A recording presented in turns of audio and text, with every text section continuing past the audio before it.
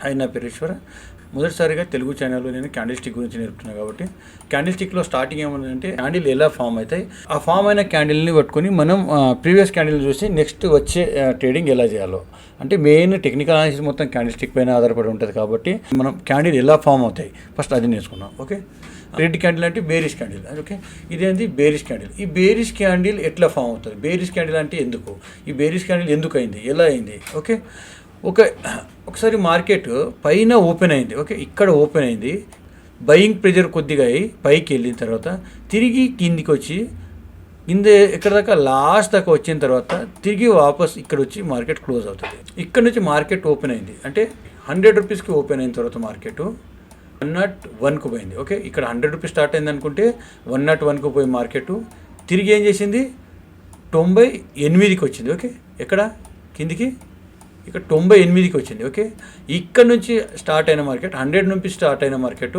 101కి వచ్చేసిన తర్వాత తిరిగి 100 రూపీస్ని క్రాస్ చేసి డౌన్ చేసి ఇది ఎక్కడ వచ్చింది, 98 రూపీస్కి వచ్చింది. ఓకే, ఇది 98 వచ్చి 98 దగ్గర ఆగలేదు, 98 దగ్గర ఆగలేదు. ఓకే, ఎక్కడ పోయింది, 99 దగ్గర పోయి ఆగింది. అంటే ఎక్కడి నుంచి అయితే మార్కెట్ ఓపెన్ అయిందో, అంటే ప్రెజర్ ఎక్కడి నుంచి అయిందో మార్కెట్ అక్కడ ఓపెన్ అయిన దగ్గర నుంచి కొద్దిగా పైకి వెళ్ళి దాని తర్వాత లో కిందికి వచ్చేసిన తర్వాత వాపస్ వచ్చి ఏం చేసింది, ఒక 99 దగ్గర ఆగిపోయింది. అంటే ఎక్కడైతే ఓపెన్ అయిందో అక్కడ క్లోజ్ అవ్వలేదు. ఓకే, ఎక్కడైతే ఓపెన్ అయిందో కొద్దిగా పైనకి వెళ్ళింది, తర్వాత కిందికి వచ్చింది, తర్వాత కిందికి వచ్చి కిందికి కూడా ఆగలేదు ఇన్వెస్టర్లు, కొద్దిగా బయర్స్ ఎక్కువ ప్రెజర్ అయ్యి కొద్దిగా ఇక్కడ వచ్చి ఆగింది. అంటే ఒక క్యాండిల్ స్టిక్ ఎట్లా అంటే ఒక 100 రూపాయలకు స్టార్ట్ అయిన క్యాండిల్, 100 రూపాయల్లో స్టార్ట్ అయిన క్యాండిల్, ఆ క్యాండిల్ ఒక్క రూపాయి పోయి తిరిగి 98 రూపాయలకు పోయింది.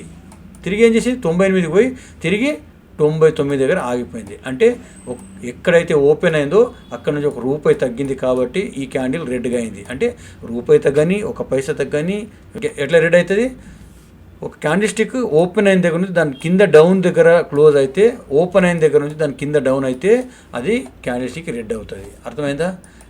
ఓకే, ఈ క్యాండిల్ స్టిక్లో కొన్ని భాగాలు ఉంటాయి, ఈ క్యాండిల్ స్టిక్లో భాగాలు చెప్తాను. ఓకే, ఇవి చాలా ఇంపార్టెంట్. క్యాండిల్ స్టిక్లో భాగాలు ఎట్లా అంటే ఎక్కడైతే ఓపెన్ అయిందో, ఓకే, ఎక్కడైతే ఓపెన్ అయిందో క్లోజ్ అయిన దానికి ఏమంటారు, బాడీ అంటారు. ఇది ఫుల్ బాడీ అన్నట్లు. ఇదేంటి, ఇది బాడీ. ఓకే, దీన్ని అంటారు, ఇది పైన పోయిన దానికి ఇది షాడో అంటారు, షాడో అంటారు. ఎక్కడైతే చివరి దాకా పోయింది దానికి హై అంటారు. ఓకే, కిందికి వచ్చిన దానికి ఈ కింద ఉంది కదా దీన్ని కూడా షాడో అంటారు.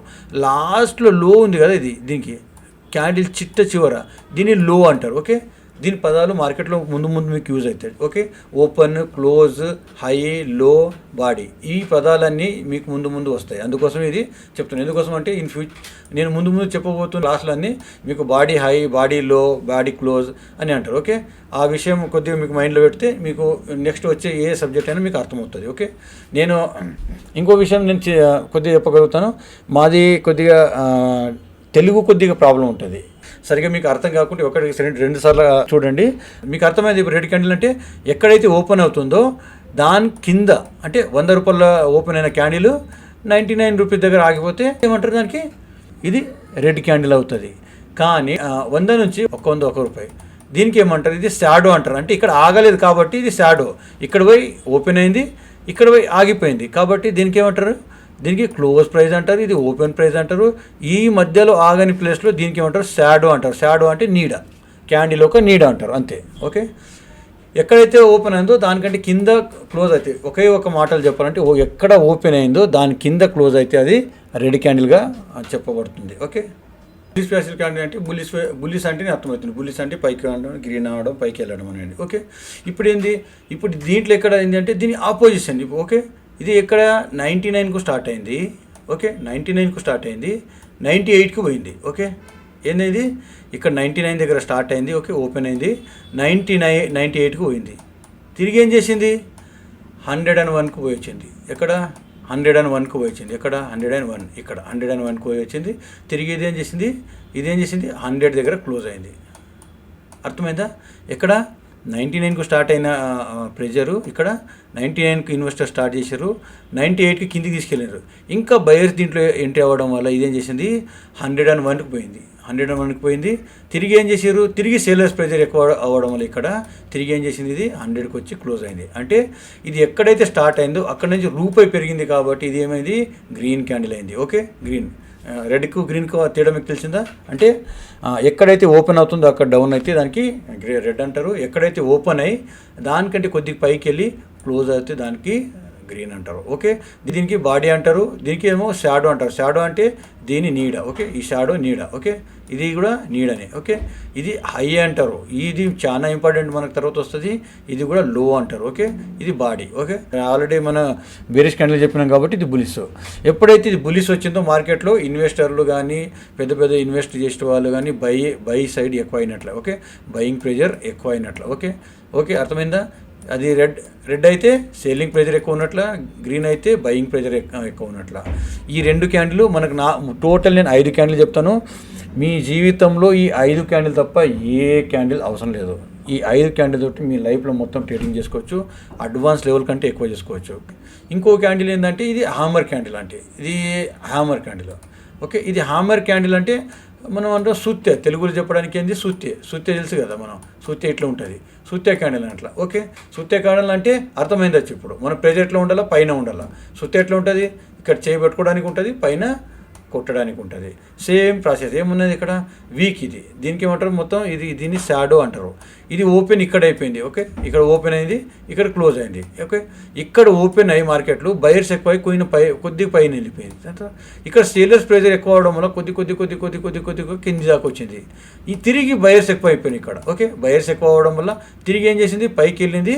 కానీ బయర్స్లో అంత పొటెన్షియల్ లేకుండా ఎక్కడైతే ఓపెన్ అయిందో అక్కడ తీసుకువెళ్ళడానికి దానికంటే కింద క్లోజ్ అయిపోయింది.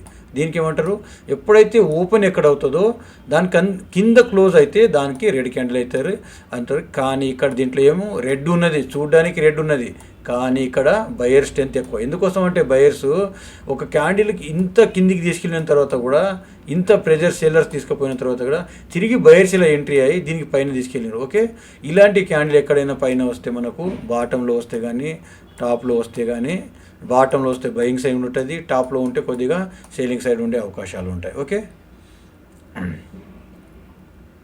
ఇప్పుడు ఇది కూడా గ్రీన్ అయింది. ఓకే, ఇది కూడా హామర్ క్యాండిలే. ఓకే, అర్థమైంది. ఇది కూడా హామర్ క్యాండిలే. ఇది గ్రీన్ ఉన్నది, ఇది గ్రీన్ ఎందుకు అయింది? ఓకే, ఇది గ్రీన్ ఎందుకు అయింది? ఇది కొద్దిగా వీళ్ళు రాంగ్ రాశారు. ఓకే, ఇది రాంగ్ ఉంది, కొద్దిగా చూసేటప్పుడు జాగ్రత్తగా.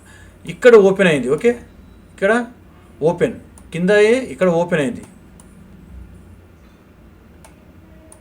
ఇక్కడ ఓపెన్ అయింది, ఇక్కడ క్లోజ్ అయిపోయింది. ఓకే, ఇక్కడ బయర్స్ ఎంట్రీ అయ్యి ఇక్కడ మార్కెట్ ఇక్కడ ఓపెన్ అయ్యి సేలర్స్ ప్రెజర్ కిందికి అవ్వడం వల్ల కొద్దిగా మార్కెట్ కిందికి వచ్చేసింది. కిందికి వచ్చిన తర్వాత ఇక్కడ బయర్ ప్రెజర్ అవ్వడం వల్ల, బయర్స్ ఎక్కువ ప్రెజర్ అవ్వడం వల్ల ఎక్కడైతే ఓపెన్ అయిందో దానికంటే పైన వెళ్ళి దానికి కూడా షాడో చేసి ఇక్కడ కూడా సేలర్స్ ప్రెజర్ అయ్యారు. ఇక్కడ బయర్ ప్రెజర్ అయ్యారు, ఇక్కడ సేలర్ ప్రెజర్ అయ్యి తిరిగి కిందికి ఎక్కడైతే ఓపెన్ అయిందో దానికంటే పైన క్లోజ్ అయింది. ఈ క్లోజ్ అవ్వడం వల్ల ఏం చేసింది, ఇది క్లోజ్ అవ్వడం వల్ల ఇది గ్రీన్ క్యాండిల్ అయింది. సరేనా, ఈ క్యాండిల్ గ్రీన్ అయింది. ఇది మార్కెట్ బాటంలో వస్తే మనం బయింగ్ చేయడానికి, ఇదేంది మార్కెట్ ఇది బాటం వచ్చినా, ఈ క్యాండిల్ బాటం వచ్చినా, ఈ క్యాండిల్ బాటంకి వచ్చినా. ఓకే, బాటం అంటే కింద, ఎగ్దమ్సే బాటం అంటే ఇక్కడ కింద వస్తే అది మనము బైక్ వెళ్తాం. ఎట్లా మార్కెట్ ఇక్కడ నుంచి కింది పడుతున్నది.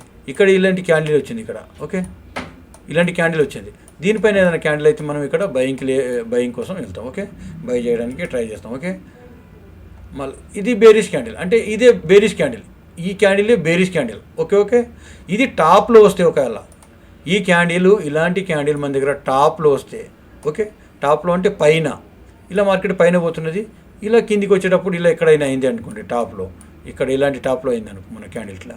ఓకే, ఈ క్యాండిల్ తర్వాత లేకుంటే ఈ క్యాండిల్ కూడా గ్రీన్ ఉన్నదని ఇక్కడ బై చేయరాదు. టాప్లో ఎప్పుడైనా టాప్లో గ్రీన్ ఉన్నదని బై చేయరాదు. ఓకే, అర్థమైందా మీకు? గ్రీన్ ఉన్న, రెడ్ ఉన్న, టాప్లో రివర్సల్ క్యాండిల్ వచ్చిన, మనకు హామర్ క్యాండిల్ ఇట్లా వచ్చినా, హామర్ క్యాండిల్ ఇట్లా వచ్చినా మనం ఏం చేయాలా, ఇక్కడ సేలింగే చేయాలి. ఓకే, టాప్లో అయితే. బాటంలో అయితే ఏం చేయాలి, ఇగో బాటంలో వస్తే, బాటంలో ఎగ్దాం అడుగులో వస్తే ఇట్లా గ్రీన్ ఉన్నా, ఇది రెడ్ ఉన్నా, ఇక్కడ గ్రీన్ ఉన్న ఈ క్యాండిల్, రెడ్ ఉన్నా, ఇక్కడ మనం దీనికి హైయర్ అయితే మనం ఇక్కడ బయలుదేరాలి. ఇది బుల్లిష్ అప్ ట్రెండ్కి వెళ్ళిపోతుంది. ఒకవేళ మార్కెట్లో కిందికి వస్తున్నది, ఓకే, ఈడ మన హామర్ క్యాండిల్ అయిపోయింది, ఓకే, ఇది రెడ్ ఉన్నాయేం కాదు హామర్ క్యాండిల్, కానీ దీనిపైన ఇక్కడ హైయర్ అయిపోయిన హైయర్ అంటే తర్వాత మీకు వచ్చే రోజుల్లో చెప్తాను. ఇక్కడ నుంచి ఒక బయింగ్ ప్రెజర్ ఉంటుంది. ఇక్కడ బయర్ యాక్టివర్స్ అవుతారు, పెద్ద ఇన్వెస్టర్ యాక్టివర్ అవుతారు. ఓకే, ఇది మీకు నచ్చితే లైక్ చేయండి, షేర్ చేయండి, సబ్స్క్రైబ్ చేయండి. దీంట్లో మీకు ఏమన్నా పొరపాట్లు నాది ఉంటే మీరు ఒకసారి నా కామెంట్ రూపంలో చెప్పండి, దాన్ని నేను సరిదిద్దుకోవడానికి ట్రై చేస్తాను. ఎందుకోసం అంటే నా ఇన్ని రోజులు నేను హిందీలో అనువదించాను కాబట్టి తెలుగులో చెప్పడానికి కొద్దిగా ఇబ్బంది పడుతున్నాను. అంటే తెలుగులో చెప్పి నేను చాలా రోజులు అయింది, ఒక దగ్గర నాకు 15-20 సంవత్సరాలు అయింది తెలుగులో చెప్పి, అందుకోసం ఇబ్బంది పడుతున్నాను. మీకు దీంట్లో నా తప్పులు ఏమన్నా కనబడితే మీరు నాకు చెప్పగలుగుతారు.